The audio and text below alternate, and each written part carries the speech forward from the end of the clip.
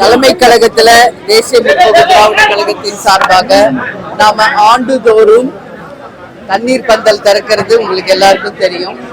இந்த முறை தேர்தல் விதிமுறைகள் இருந்ததுனால அந்த பணியை கொஞ்சம் முன்னாடி திறக்க முடியல. எலெக்ஷன் முடிஞ்சிருக்கு. அது மட்டும் இல்ல, இப்ப நீங்க எல்லாரும் பாக்குறீங்க, வெயில் அதிகமா தான் டெய்லி ஆயிட்டே இருக்க வழியே குறையிற பாட காணும்.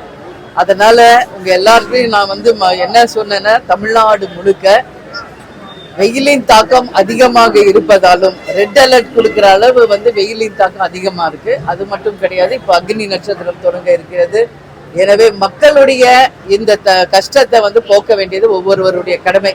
அந்த வகையில் கேப்டன் எங்களுக்கு சொல்லி கொடுத்த போல இயன்றதை செய்வோம் இல்லாதவர்க்கே என்ற பணியில இன்னைக்கு தமிழ்நாடு முழுக்க தேசிய முற்போக்கு திராவிட கழகத்தின் சார்பாக தண்ணீர் பந்தலை இன்னைக்கு திறக்க இருக்கிறாங்க.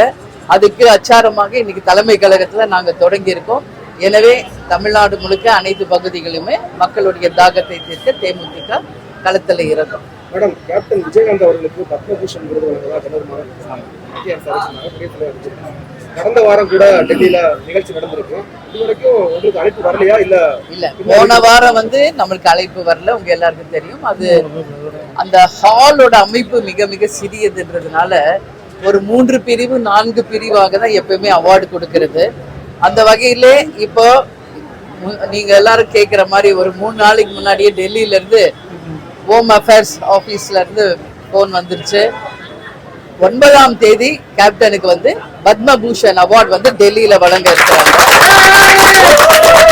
என்ன 8ஆம் தேதியே நைட்டு 8ஆம் தேதியே நீங்க ஸ்டே பண்ணும். நெக்ஸ்ட் டே ஈவினிங் 6:30க்கு கேப்டனுக்கு பத்மபூஷன் அவார்டு தரப்படுவதாக அறிவிச்சிட்டாங்க. எனவே நாங்க 8ஆம் தேதி போறோம்.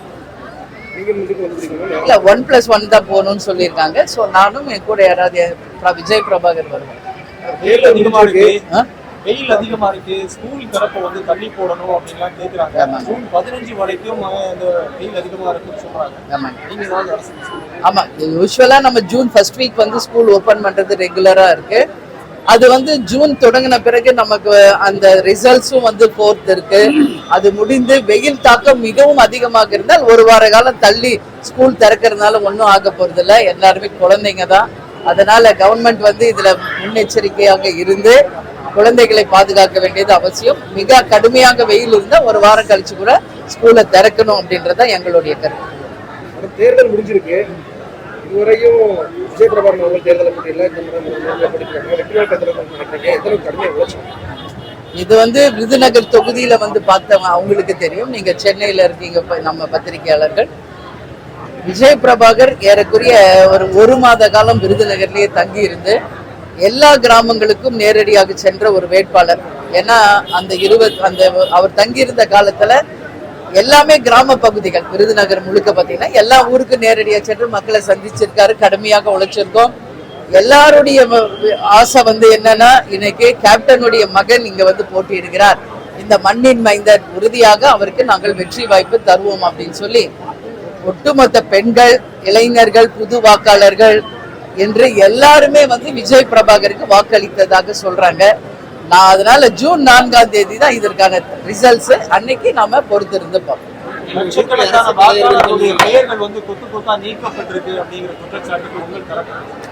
அதுதான் தெளிவா எல்லாருமே சொல்லியிருக்காங்க. தேர்தல் கமிஷன் முன்கூட்டியே மீட்டிங் வைக்கிறாங்க. எல்லா வார்டுகளுக்கான ஸ்லிப்ஸ் கொடுக்கறாங்க. பூத் கமிட்டி இருப்பவர்கள்லாம் அதை ஆராய்ந்து எங்கெல்லாம் பூத்துல ஆள் இல்ல, எங்கெல்லாம் வாக்காளர்கள் எங்க விடப்பட்டிருக்கிறது என்பதை ஆய்வு செய்வதற்கு தான் தேர்தல் ஆணையம் முன்கூட்டியே அதெல்லாம் கொடுக்கறாங்க. ஆனா அதை தவற விட்டுட்டு தேர்தல் அன்னைக்குதான் போய் நமக்கு ஓட்டு இருக்கா இல்லையான்னு செக் பண்றாங்க. அது மட்டும் இல்ல, இன்னைக்கு சென்னையில பாத்தீங்கன்னா வெறும் குற்றம் சொல்றது, குறை சொல்றதுல தான் இருக்காங்க. எத்தனை பேர் ஓட்டு போட்டாங்க அப்படின்ற கேள்வி நான் எழுப்புறேன். இன்னைக்கு எல்லாரும் இங்க படிச்சவங்க தானே, வசதியானவங்க தானே. இன்னைக்கு அபார்ட்மெண்ட்ஸ்ல இருக்கும், வெயிலுன்னு நாங்க யாரும் போய் ஓட்டு போடலங்கிறாங்களே. இது எந்த வகையில நியாயம்? அப்ப ஜனநாயக கடமை ஆற்ற வேண்டியது ஒவ்வொரு சிட்டிசனோட கடமையா இல்லையா? இன்னைக்கு தமிழ்நாட்டிலேயே சென்னை தான் மிக மிக குறைவான வாக்கு சதவீதம் பெற்று இருக்கின்றத என்னை பொறுத்த வரைக்கும் நமக்கு ஒரு தலைகுனிவு. இது கேபிட்டல். இன்னைக்கு ஒரு தலைநகர்லயே இந்த அளவு வாக்கு சதவீதம் குறையுதுன்னா இவர்கள் என்ன ஒரு உதாரணமாக மக்களுக்கு இருக்காங்க, என்ன ஒரு ரீசன் இவங்க சொல்றாங்கன்றதா கேள்விக்குறி. ஆனா இதே சென்னையில நீங்க பொது டைம்ல நீங்க பாருங்க, பீச், பார்க்கு, கிளப்பு எல்லா இடத்துலயும் நீங்க பாருங்க, எல்லாம் உட்காந்து அரசியல் தான் பேசுவாங்க, எல்லாம் ஃப்ரீ அட்வைஸ் கொடுப்பாங்க. அது மட்டும் இல்ல, இது அப்படி அது அப்படி, இவங்க அது செய்யல இதை செய்யலன்னு 1008 கருத்துக்களை சொல்லுவாங்க. சொல்றவங்க முதல்ல போய் ஓட்டு போடுறாங்களான்னு கேளுங்க, யாரும் போய் ஓட்டு போடுறதே கிடையாது. யாரெல்லாம் கருத்து சொல்றாங்களோ அவங்க ஓட்டு போடலன்றது தெளிவா தெரியுது. அதனால வெறும் கருத்துக்களை சொல்றதை விட்டுட்டு ஜனநாயக கடமையை ஆற்ற வேண்டியது ஒவ்வொருத்தருடைய கடமை அப்படின்னு நினைச்சு அதை செய்யணும். தேர்தல் ஆணையமுமே எப்படி ஒரு ஆதார் கார்டு கொடுக்குறாங்க, அதே மாதிரி ரேஷன் கார்டு கொடுக்குறாங்களோ, தேர்தலுக்கும் ஒரு ஸ்ட்ரிக்டாக கண்டிப்பா ஓட்டு போடுறதுக்கு ஒரு நடைமுறையை கொண்டு வரணும்னு சொல்லி இந்த பிரஸ் மீட் மூலமா நான் கேட்டுக்கிறேன். தேர்தல் பணிகள்ல அதிமுக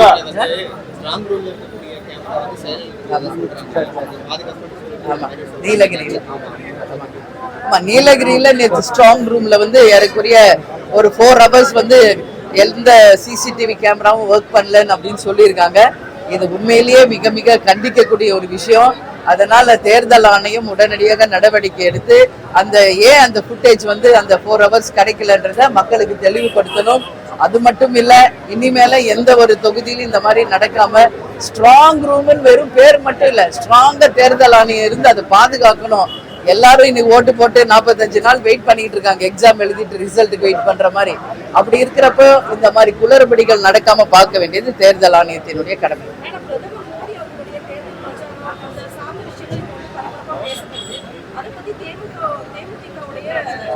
இல்ல, அவங்க கட்சி அவங்கவுங்க வெற்றிக்காக ஒருத்தர் அவங்கவுங்க கருத்துக்களை சொல்லிட்டு இருக்காங்க. காங்கிரஸ் தரப்பு அவங்க வெற்றிக்காக சொல்றாங்க.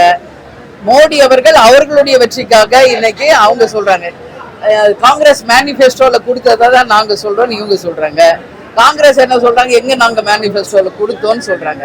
இது எல்லாமே தேர்தல் வெற்றிக்கான வியூகம் தானே ஒழிய இதற்கான உண்மையான ஆதாரங்களை நிரூபிக்கும் போதுதான் அது உண்மையா என்பதை நம்ம சொல்ல முடியும்.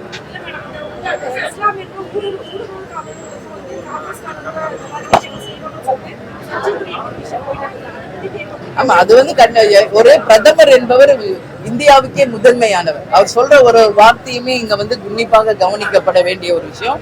அப்படி இருக்கும் போது ஏற்கனவே வந்து பிஜேபியினாலே இஸ்லாமியர்களுக்கு அகெயின்ஸ்ட்ன்ற ஒரு பார்வை இருக்குன்ற பட்சத்துல மோடி அவர்கள் சொல்ற ஒரு வார்த்தையை ரொம்ப கேர்ஃபுல்லாக தான் அவர் சொல்லணும்.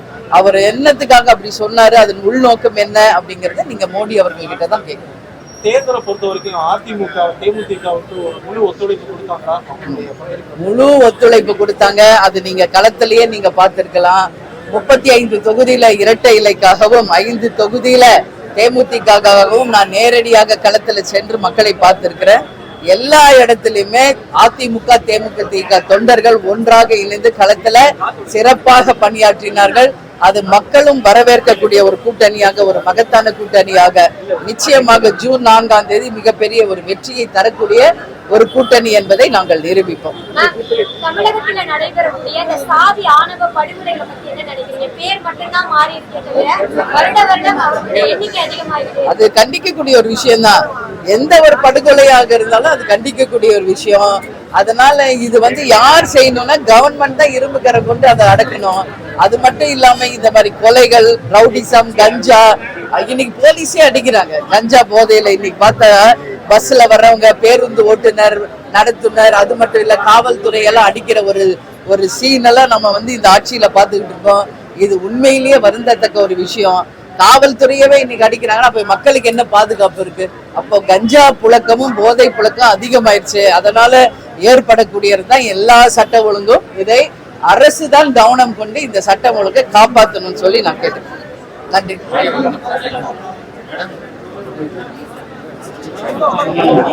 அங்க போயிடலாம்.